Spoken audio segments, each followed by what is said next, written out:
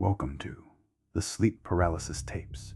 Settle into the dark, pull the covers close, and let the heavy silence fill your room.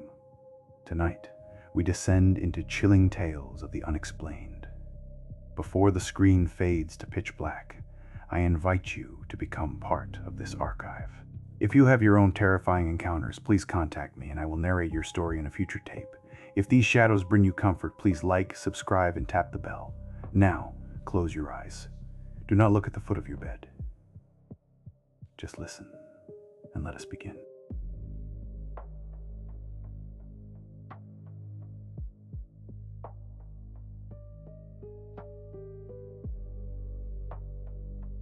Mark Thorne was 18 days into a 28-day sentence. That's how he thought of it. A sentence. He lived in a steel tube 9 feet wide with 5 other men. They breathed air that was mostly helium. It made their voices sound like cartoon chipmunks. It was the only way to survive down here. You need to understand something about saturation diving. The pressure at 300 meters is crushing. If you came straight up from that, you'd die. So they don't. They live in that pressure for weeks. They're in a cramped, noisy tube bolted to the underside of a ship called the Byford Dolphin. They eat, sleep, and play cards, all at 30 times the pressure you feel right now. Going outside to work is just a short trip through a hatch. Coming back is the easy part. The hard part comes later. After the job is done, they spend over a week in that same tube, slowly decompressing. One wrong move, and the nitrogen in their blood turns to fizzy, killing foam. They call it the bends. It's a slow, painful way to die. Mark was a veteran. He knew the routine like he knew the scars on his own hands, which is why, on that night, he wasn't afraid. He was bored.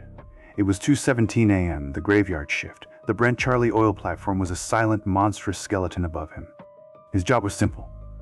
Weld a support brace on a pipeline junction. A solo job. He was alone in the black. His world was a small bubble of light from his helmet lamp and from the blinding blue-white sun of his welding torch. Beyond that light was nothing. An absolute, swallowing black. The kind of dark that feels solid. If you turned your lamp off, you wouldn't know which way was up.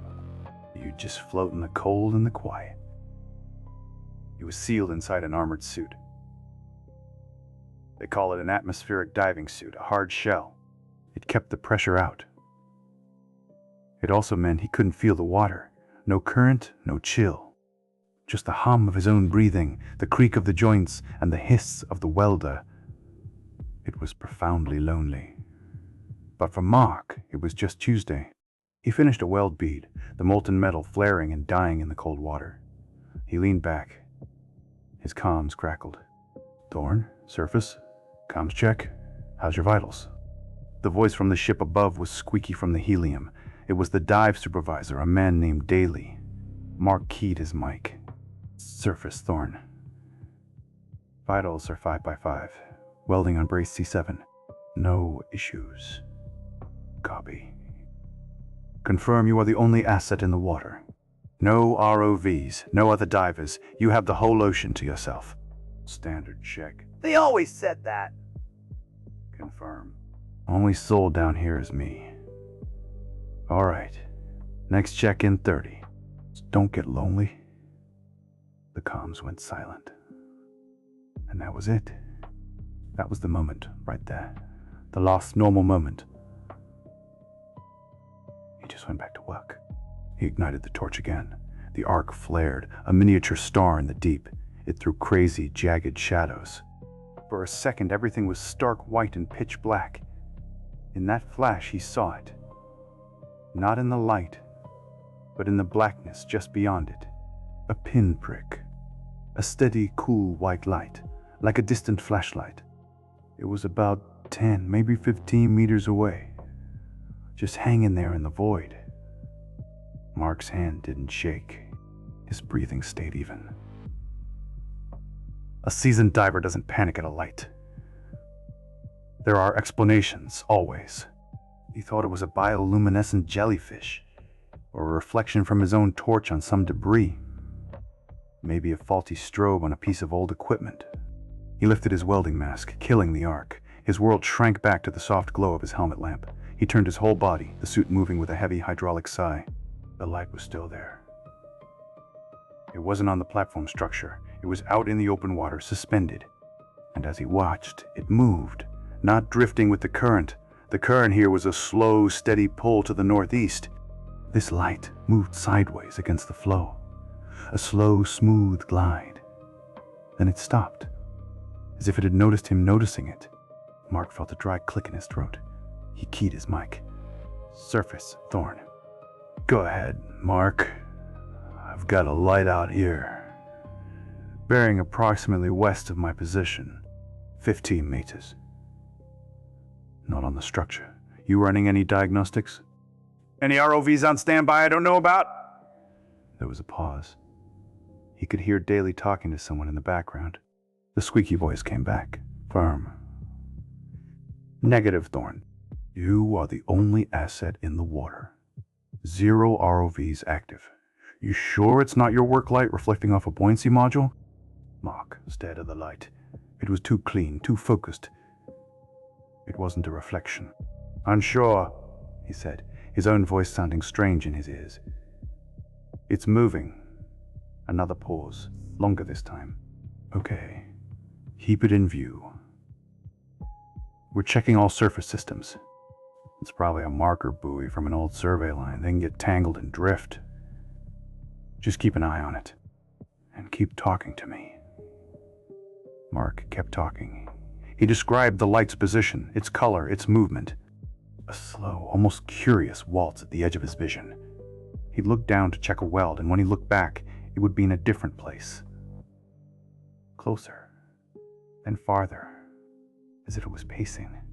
The surface kept giving him rational explanations. A loose beacon, a fishing net float, a trick of the pressure on his viewport. Mark wanted to believe them. He really did.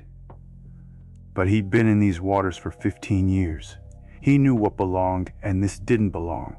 The official report would later call this the start of a high-pressure nervous syndrome episode, a fancy term for a diver's mind cracking under the pressure. They'd say the isolation in the helium mix made him see things. I wish I could tell you that was true. It would be a nicer story.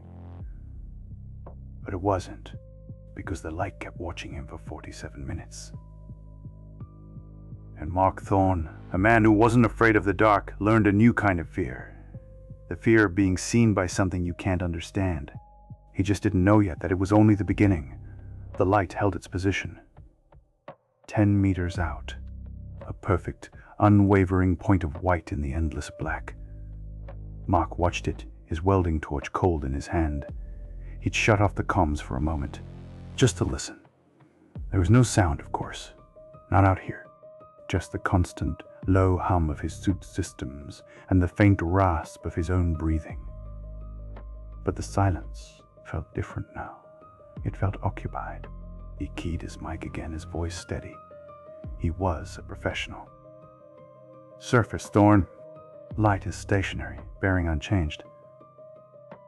Daly's helium squeak came back with a touch of irritation edging through. We've run the diagnostics, Mark. Twice. There are no active transponders, no ROVs, no emergency strobes within a 5-mile radius. It's not ours. Then what is it? A longer pause. Mark could picture them up there, in the warm, well-lit control room, looking at their screen, seeing nothing, writing him off. Likely bioluminescence, Daly said, the tone shifting to patient explanation. You know how it gets down there. A chain of siphonophores. They can look like a solid light from a distance, or it's a reflection from your helmet lamp on a piece of mylar insulation. It's a trick of the dark. Mark knew about bioluminescence. He'd seen the ghostly blue-green shimmer of plankton, the sudden flash of a deep-sea squid. This wasn't that. This was a pure, cold white, a manufactured light. And it didn't pulse. It didn't waver. It stared. Copy, Mark said. He didn't agree. But there was nothing else to say. He went back to his weld, igniting the torch. The arc blazed, and for a few seconds his world was just the molten metal and the task. But he could feel it. Even with his back turned, he could feel the light watching him. When he finished the bead and the darkness rushed back in, he looked. The light had moved. It was now 15 meters off his port side. Still the same distance. It had drifted. No, it had translated smoothly against the gentle, persistent tug of the current. It hadn't been carried. It had gone where it wanted to go. His mouth was very dry. Surface. It's moved against the current. Approximately 5 meters west. Thorne, confirm you are still on brace C7? Daly's voice was tighter now. Confirmed. And your suit pressure? Your Trimix readout? Oh, nominal. I'm not NAST. I'm not seeing things. He heard the defensiveness in his own voice and hated it. Nobody said you were, Daly replied, but the tone was placating. We're just ruling out HPNS, high-pressure nervous syndrome. The pressure, it can do funny things, play tricks. Mark knew about high-pressure nervous syndrome. The tremors, the dizziness, the vivid dreams. He'd had a touch of it years ago. This wasn't a trick. This was a presence. For the next half hour, he worked in a silent, cold sweat. He'd weld for a minute, then look. The light would be there, sometimes directly ahead, sometimes off to the side. It never came closer than 10 meters. It never drifted farther than 20. It was maintaining a perimeter, a respectful, terrifying distance. And this is where the real horror began. Not in a sudden shock, but in the slow, grinding realization. He was being studied. He was a bug under a glass at the bottom of the sea. He stopped reporting it. What was the point? They had their explanations. A loose buoy, a jellyfish, a glitch, his mind. So he just watched it, and it watched him back for 47 minutes. The official log would later note this as a period of focused work. It wasn't. It was a vigil. Then, without warning, it was gone. It didn't fade. It didn't dart away. 1 second it was there, a steady star in the void. The next second, it wasn't. Vanished, as if a switch had been flipped. Mark stared at the empty blackness for a full minute. His heart was pounding against the hard shell of his suit. The silence was no longer occupied. It was hungry.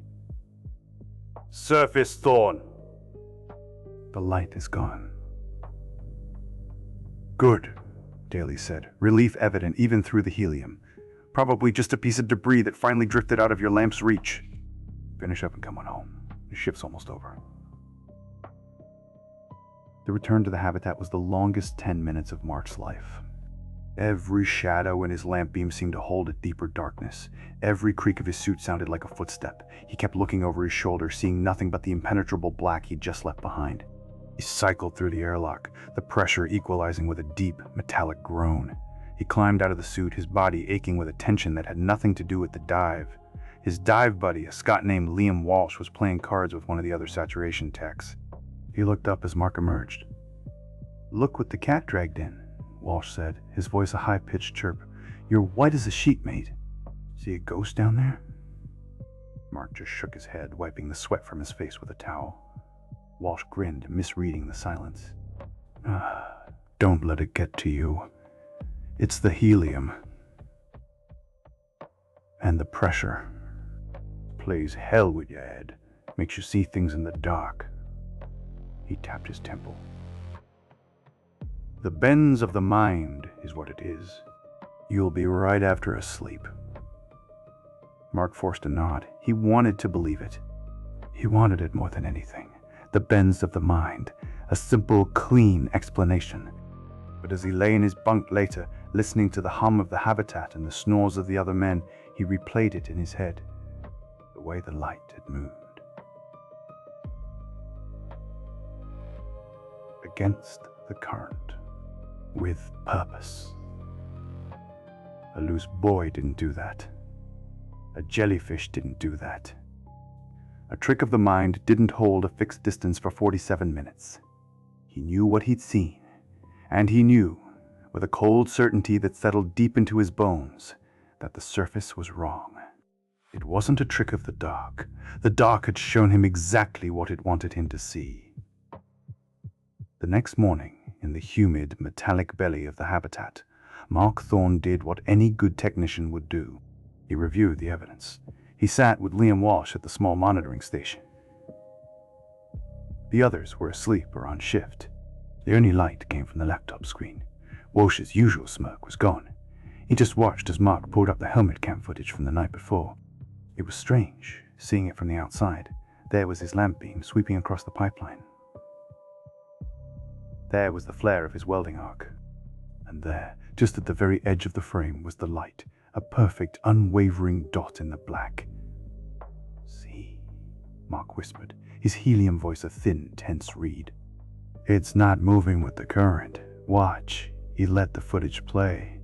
The light drifted slowly, smoothly from the center right of the frame to the left. A lateral shift.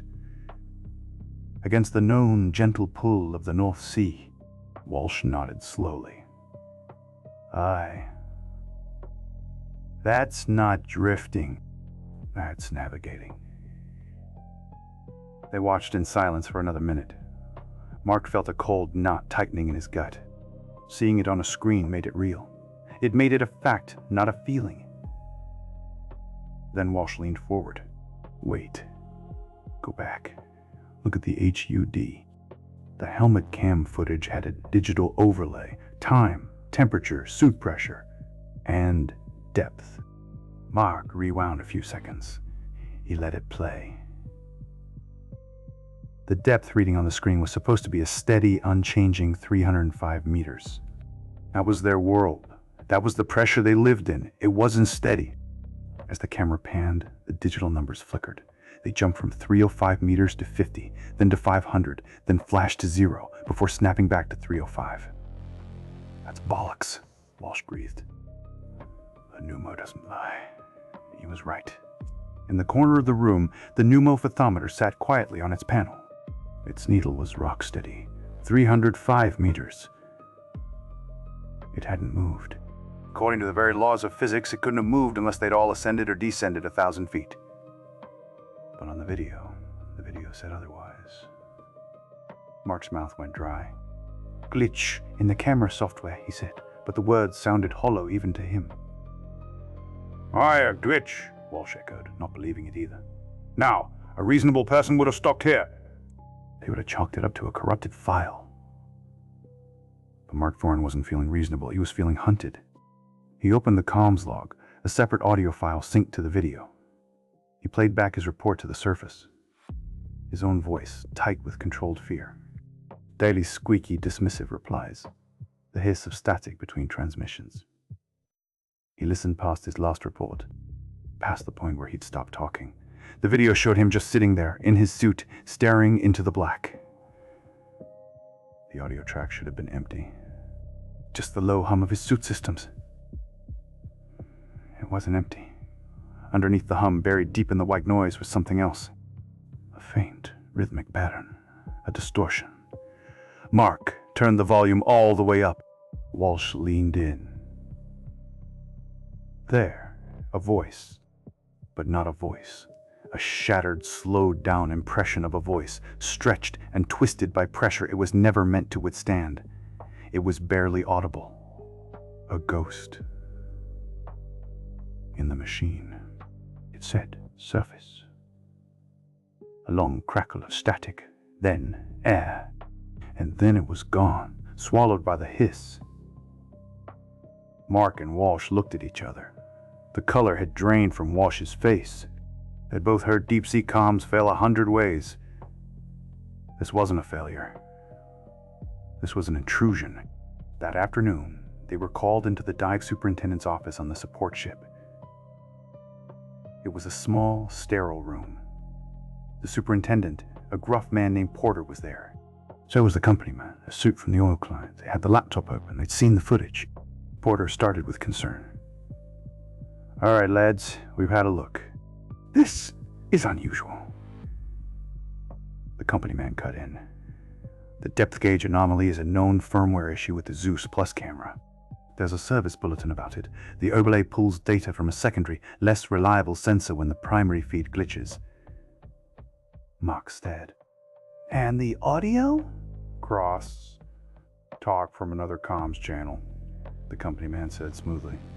Probably a supply boat 10 miles away. The helium distorts it, makes it sound odd. Walsh shifted in his seat. And the light. The one that moves against the current? Porter took over, his voice shifting from concern to something colder. Official. Debris. Has to be.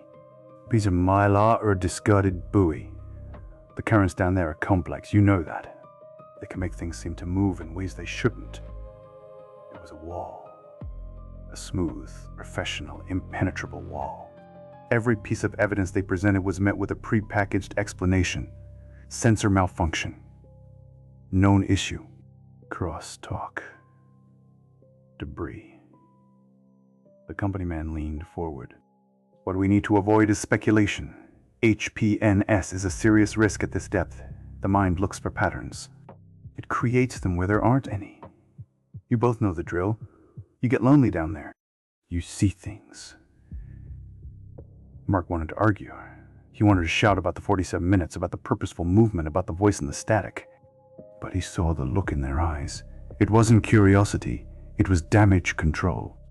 Porter reached over and, with a practice motion, ejected the memory card from the laptop. He slipped it into his shirt pocket. We'll send this to the techs for a full diagnostic. In the meantime, the original is classified. Client protocol. The original. The evidence. Gone. And the schedule? Mark asked, his voice flat. The company man gave a thin, professional smile. The Brent Charlie welding schedule is critical path. We're already behind. The next shift goes out tonight. Business as usual. Business as usual. The most terrifying phrase in the deep-sea diver's vocabulary. It meant the machine was more important than the man. It meant the profit margin was more important than the phantom light. It meant that whatever was down there with them, it was now part of the job. As they were dismissed, Porter placed a heavy hand on Mark's shoulder. His voice was low, meant only for him. Get some rest, Thorne. It was a glitch, nothing more. Don't let it get in your head. But it was too late for that. The glitch wasn't in the camera. It wasn't in the comms. It was in the deep, and it had Mark's attention. 32 hours after Mark's encounter, Liam Walsh went back out. It was a routine inspection. A simple check of the same pipeline junction Mark had welded. A 2-hour job, tops. Walsh joked about it in the airlock, his helium voice a thin, brave chirp. He said, "Gonna say hello to your girlfriend for you, Thorne." Mark hadn't laughed. He just watched from the monitor station inside the habitat, his knuckles white. He watched Walsh's camera feed as the diver moved through the perpetual night. Everything was normal. Quiet. Boring. For the first hour and 17 minutes. Then Walsh's breathing changed. Over the open comms channel, it was a slow, steady hiss-hiss. Then it hitched, just once. A sharp intake of breath. Mark leaned forward. "Liam, you okay?" No answer. Just breathing. Getting faster. On the audio feed, Walsh wasn't moving. Daly's voice cut in from the ship above. "Surface, Walsh. Report. You've stopped moving." Walsh's voice came back tight and strained. "Yeah. Just a second. Thought I saw something." "What did you see?" A long pause. Then Walsh spoke, the words barely a whisper. "A light." Mark felt his blood turn cold. Daly's voice was calm. "Describe it." "White. Steady. Like a torch. About 20 meters off. A beat. It's not on the schematics." "Copy." "Hold position. We are checking all systems." Mark listened. Then, without any command from the surface, Walsh's suit began to turn. Slowly. Walsh, confirm you are turning, Daly said, urgency creeping into his tone. It's moving, Walsh breathed. It's coming closer. And it was. The dot of light grew. It moved with that same smooth, impossible glide. Walsh, do not engage. I repeat, do not approach the anomaly. Daly's voice was sharp now. I'm not moving. It is. The light grew larger. It's right in front of me, Walsh whispered. His breathing was ragged now, loud in the comms. Is that my faceplate? On the feed, you could hear Walsh's panicked breaths, the creak of his suit. Then, silence. Not just from Walsh. The static of the comms line itself seemed to drop out. For 3 full seconds, there was nothing. A perfect dead void of sound. Then the white was gone. Walsh, report! Daly was shouting. A choked gasp. Then Walsh's voice, thin and shattered. It's gone. It's gone. Get me out. Get me out now. The recovery was the longest 20 minutes of Mark's life. He listened as Daly talked Walsh back step by step. Walsh didn't speak except to confirm instructions. His breathing never slowed. When the airlock cycled and Walsh stumbled out, he was drenched in sweat, his hands trembling. He looked at Mark with wide, unseeing eyes. He didn't say a word. He just went to his bunk, curled into a ball, and stared at the wall. An hour later, they were in the superintendent's office on the support ship. Porter, the superintendent, was there, his face grim. The company man was notably absent. They played Walsh's footage. Mark watched it all again, the cold knot in his stomach tightening. He saw the light appear. He saw it approach. He saw the screen flood with white. Porter let it play in silence until the light vanished. Then he stopped the video. He stared at the frozen frame. He says it got within inches of his viewport, Porter said, his voice low. Said he could see detail in the light. A structure. What kind of structure? Mark asked. Porter shook his head. He rewound the footage frame by single frame to the moment just before the screen went white. It was a shot of the light itself, a massive white orb. And on the right side, the curved surface of Walsh's own helmet faceplate was visible, reflecting the scene. Porter zoomed in on the reflection. The image pixelated, but it was clear enough. In the reflection, illuminated by the hellish white glare, was a figure. It was standing directly in front of Liam Walsh. It was clad in a diving suit, but not a modern suit. This was old, antique. A bulky canvas and rubber affair with a heavy, round brass helmet, the kind of suit you'd see in a museum.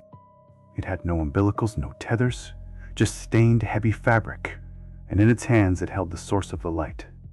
A simple, boxy metal lantern with a single, blinding pane of glass. The figure was just standing there, holding the light up, as if it was looking at its own reflection, or looking at Walsh, looking back at it. Porter froze the frame there. The 3 of them stared in silence. The only sound was the hum of the ship's ventilation. Mark finally spoke, his voice barely audible. That's not a glitch. Porter didn't move. He just kept staring at the screen. No, he said quietly. It's not. He reached forward and pressed a key. The screen went black. The dive is terminated, he said. We're bringing you both up. Starting decompression immediately.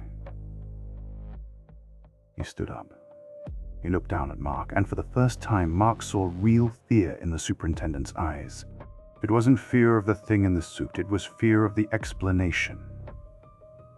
Fear of the story that was now undeniably real. You never saw this, Porter said, his voice flat and final.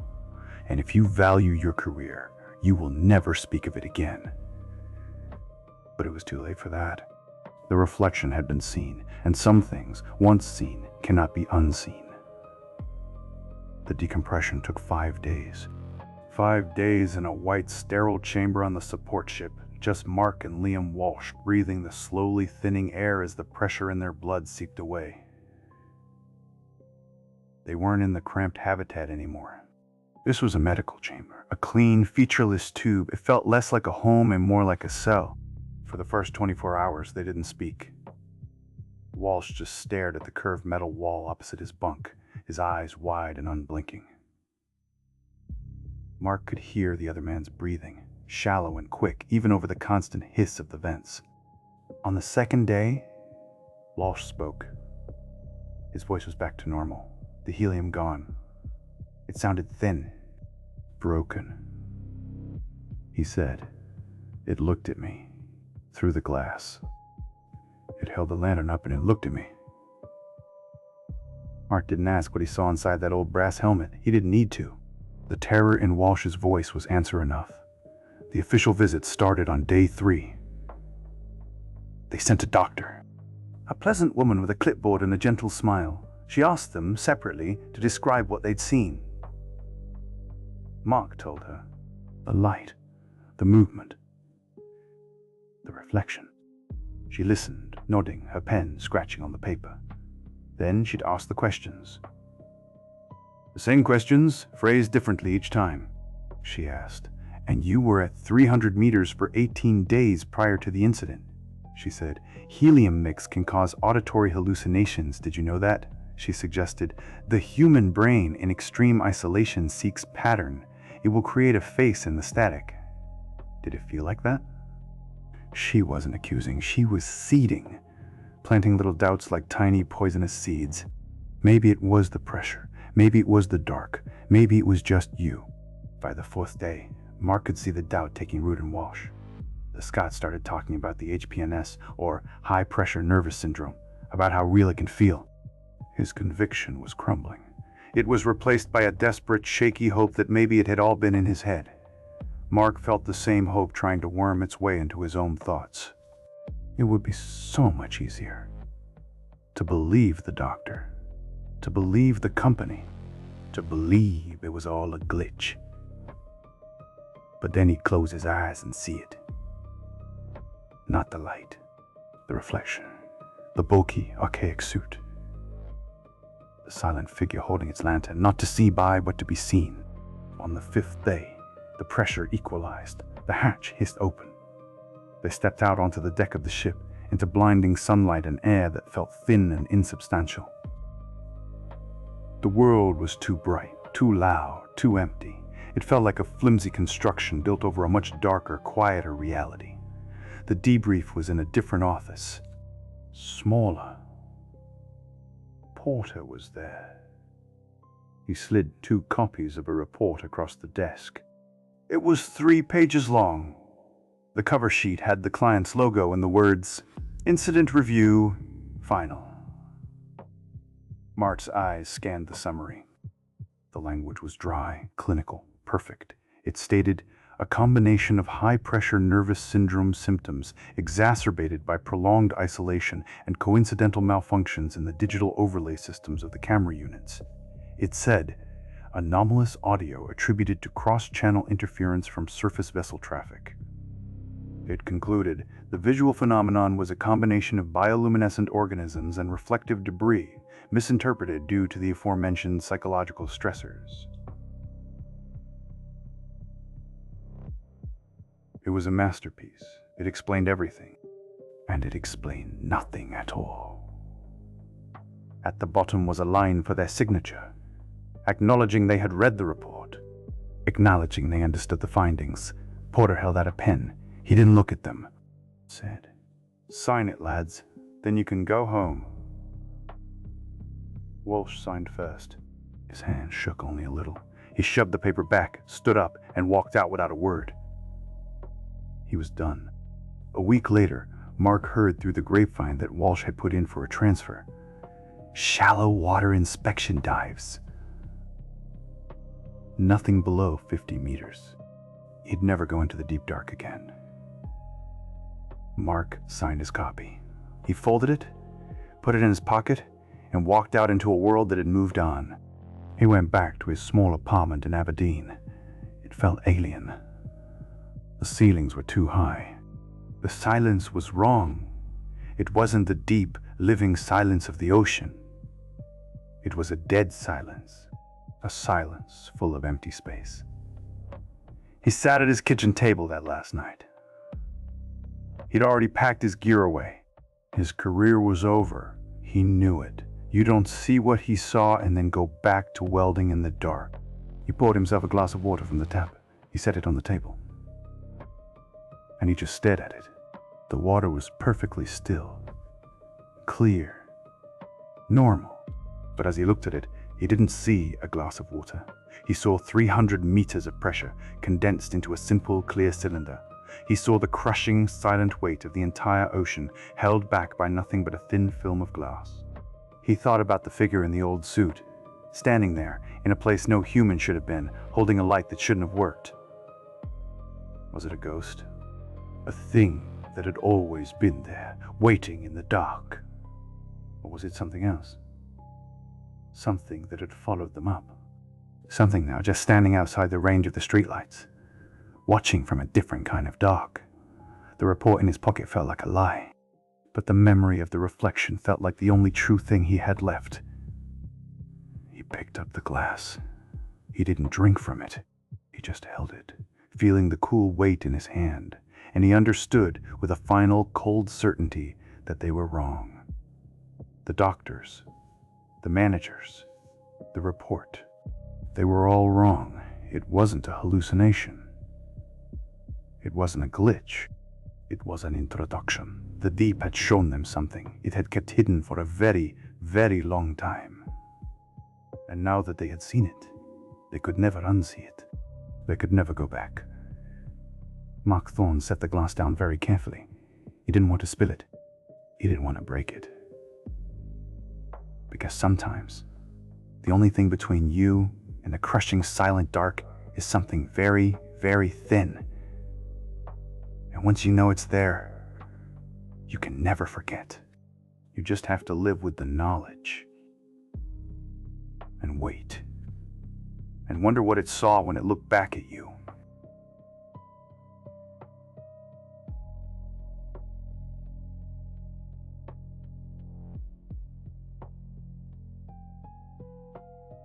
The tape has reached its end. I hope the stories tonight brought a pleasant chill to your spine as you drifted further into the dark. Thank you for braving the shadows here at the Sleep Paralysis tapes. If you are still awake, lying still in the quiet, remember to contact me with your own unsettling encounters so they can be added to our growing archive. As my voice fades away, let the silence of your room wrap around you completely. May your sleep be undisturbed, your doors remain locked, and your morning arrive safely. Until we open the tapes again, good night.